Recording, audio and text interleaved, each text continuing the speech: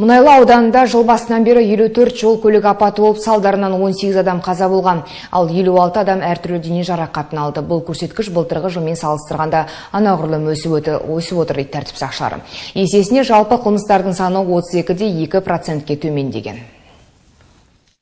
Бүгін мұнайлық тәртіп сақшыларымен біздің түсірілім тобы да рейдке шықты. Камера объективіне бірден терезесін тұмшалаған Хаммер автокөлігі түсті. Полицейлер көлікті тоқтатып, жүргізушіге хаттама толтырды. Терезесіндегі пленканы сол жерде алып тастап, темір тұлпарды айыптұраққа қамады. Тәртіпке бағынған құл болмас, алайда Бауыржан Момышұлының бұл сөзін кейбір жүргізушілер есінен шығарған сияқты. Мәселен, мына көлік иесін тоқтатқан тәртіп сақшылары оның мас екенін анықтады. Жүргізушіні медициналық сараптамадан өткізіп, бұл көлікті де айыптұраққа тоғытты.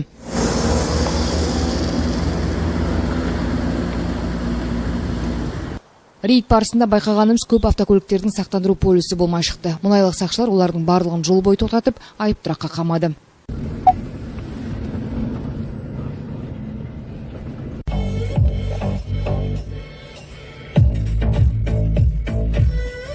Жалпы Мұнайлы ауданының криминогендік ахуалына тоқталар болсақ, жыл басынан қылмыстардың саны 32-де 2%-ға, яғни 146 дерекке төмендеген. Мұнайлы ауданы бас полицейінің айтуынша, жолда қауіпсіздікті реттеу үшін келер жылда бірқатар жұмыстар бекітілген. Ауыр қылмыстардың саны 37 және аса ауыр қылмыстардың саны 50%-ға төмендеп отыр былтырғы жылмен салыстырғанда.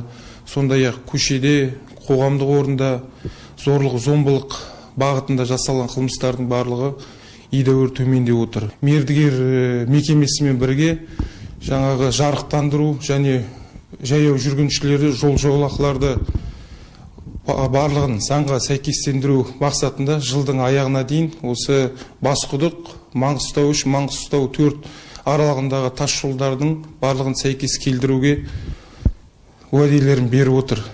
Бүгінде аудан полицейлерімен жол көлік оқиғаларын азайту мақсатында біраз жұмыстар атқарылған. Соның бірі Басқұдық елді мекенінің орталық жолдары жарықтандырылған. Бұдан бөлек Маңғыстау 3, Маңғыстау 4 ауылдардың тас жолдарын жарықтандыру жоспарланған. Ал келесі жылы 300 бейнебақылау камерасы мен жылдамдықты өлшейтін 35 қондырғы орнатылмақ. Сағира Өтепқызы, Алан Каримбаев, Дидар.